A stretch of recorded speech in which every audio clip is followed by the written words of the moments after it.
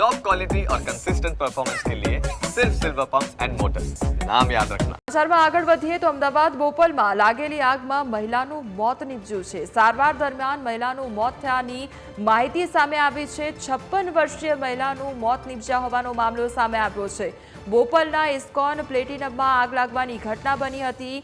ISKCON પ્લેટિનમના એમ વિંગના 6થા માળે લાગેલી આગ 22મા માળે પહોંચી ગઈ હતી અને આગ લાગવાની ઘટના જે સામે આવી હતી ગઈકાલ રાતની આ ઘટના કે જ્યાં અમદાવાદ બોપલમાં ઇસ્કોન પ્લેટિનમના એમ વિંગના 6થા માળે આગ લાગવાની ઘટના બની હતી અને ત્યારબાદ ધીરે ધીરે એ આગ 22મા માળ સુધી પહોંચી ગઈ હતી અને એમાં મહત્વનું અપડેટ સામે આવ્યું છે કે બોપલમાં જે આગ લાગવાની ઘટના બની હતી તેમાં એક મહિલાનું મોત નીપજ્યું છે।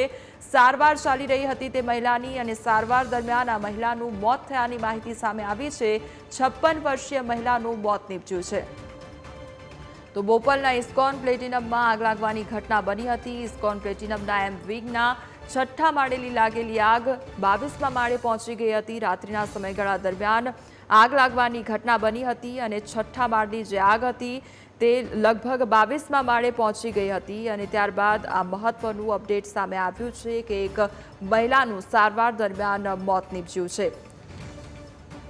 તો બોપલ વિસ્તારની આ ઘટના ઇસ્કોન પ્લેટિનમમાં એમ વિંગમાં આગ લાગવાની ઘટના બની હતી અને જેમાં એક મહિલાએ હવે પોતાનો જીવ ગુમાવ્યો છે। જે લગભગ 20 જેટલા લોકો હતા કે જેમને સારવાર અર્થે ખસેડવામાં આવ્યા હતા તેમાંથી હવે એક મહિલાનું મોત નીપજ્યું છે। તો અમદાવાદના બોપલ વિસ્તારમાં આવેલા ઇસ્કોન પ્લેટિનમ એપાર્ટમેન્ટમાં રાત્રિના સમયગાળા દરમિયાન ઇલેક્ટ્રોનિક ડક્ટમાં આગ લાગવાની ઘટના બની હતી અને લગભગ બિલ્ડિંગના 6થા થી 8મા માળે શરૂ થઈ હતી આગ અને તે 22મા માળ સુધી ફેલાતા નાસભાગ મચી ગઈ હતી। તો આ ઘટનામાં 200થી વધુ લોકોનું રેસ્ક્યુ કરવાની ફરજ પડી હતી જેમાંથી 15 જેટલા લોકોને હોસ્પિટલમાં સારવાર અર્થે ખસેડવામાં આવ્યા હતા અને ત્યારબાદ 3 લોકોની સારવાર ચાલી રહી હતી જેમાંથી એક મહિલાનું મોત નીપજ્યું હોવાનો મામલો સામે આવ્યો છે। તો ગઈકાલ રાત્રે જે આગની ઘટના બની ત્યારે 13થી વધુ જે ફાયર વિભાગની ગાડીઓ હતી તે પણ ઘટનાસ્થળે પહોંચી આવી હતી અને 15 જેટલી એમ્બ્યુલન્સ પણ આ ઘટનાસ્થળે ગઈકાલ રાત્રે પહોંચી આવી હતી। ત્યારે અમારી સાથે હાલ સંવાદદાતા મિહિર જોડાઈ ગયા છે। મિહિર, બોપલની જે આ ઘટના સામે આવી આગ લાગવાની જે ઇસ્કોન પ્લેટિનમના એમ વિંગમાં આગ લાગવાની ઘટના બની હતી અને હાલ મહત્વનું અપડેટ એ કે એક મહિલાનું મોત નીપજ્યું છે સારવાર દરમિયાન। આખરે શું કારણ સામે આવ્યું છે મિહિર?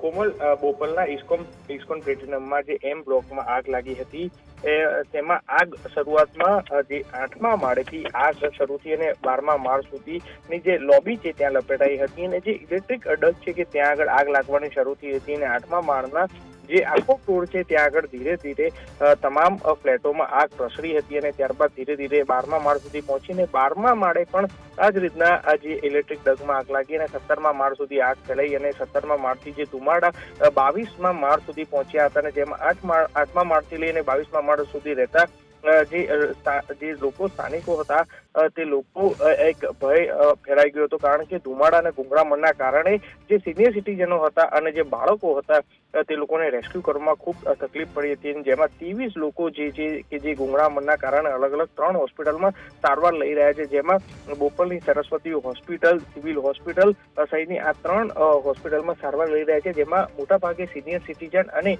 બાળકો છે અને જેમાં એક બાળકીની ગંભીર હાલત છે। ત્યારે આ ગુંગળામણના કારણે એક મહિલાનું તો મોત નીપજ્યું છે સારવાર દરમિયાન। 56 વર્ષીય મીનાબેન શાહનું સારવાર દરમિયાન મોત નીપજ્યું છે। મીનાબેનની સાથે તેમના પતિ છે કે જે પતિ પણ કમલેશભાઈ ને આજે ગુંગળામણના કારણે ધુમાડાથી અસર છે તે પહોંચી હતી અને હોસ્પિટલમાં તેમને પણ સિવિલ હોસ્પિટલમાં સારવાર અર્થે ખસેડવામાં આવ્યા હતા। હાલ આ મીનાબેન જે પરિવાર સાથે અહીં 16મા માળે 1603 નંબરના ફ્લેટમાં રહેતા હતા અને તેમને સ્ટેન્ડ મુકાવ્યું હતું અને તે પણ સામાન્ય રીતના તે સિનિયર સિટીઝન હોવાના કારણે તે પહોંચી શક્યા ન હતા અને ત્યારબાદ તેમને ગુંગળામણના કારણે ખૂબ અસર છે તે પહોંચી હતી અને સારવાર અર્થે આજે વહેલી સવારે તેમનું મોત છે તે નીપજ્યું છે। હાલ બોપલ પોલીસે પણ અકસ્માત મોતનો ગુનો નોંધી અને આ ઘટનાને લઈને તમામ નિવેદનો છે તે લેવાની તજવીજ શરૂ કરી છે। સાથે જ ફાયર વિભાગ દ્વારા પણ પ્રાથમિક રીતના રિપોર્ટમાં સામે આવ્યું કે જે ઇલેક્ટ્રિક ડક્ટ છે તેમાં આગ લાગી અને આ આગ એટલી બધી પ્રસરી ગઈ કે જે 22મા માળ સુધી તે પહોંચી હતી। સાથે જ મહત્વનું છે કે ત્યાં ફાયરના ઇક્વિપમેન્ટ હોવા છતાં પણ ફાયરના ઇક્વિપમેન્ટનો ઉપયોગ છે તે ખૂબ કર્યો ન હતો અને ફાયરની રાહ જોવાઈ રહી હતી.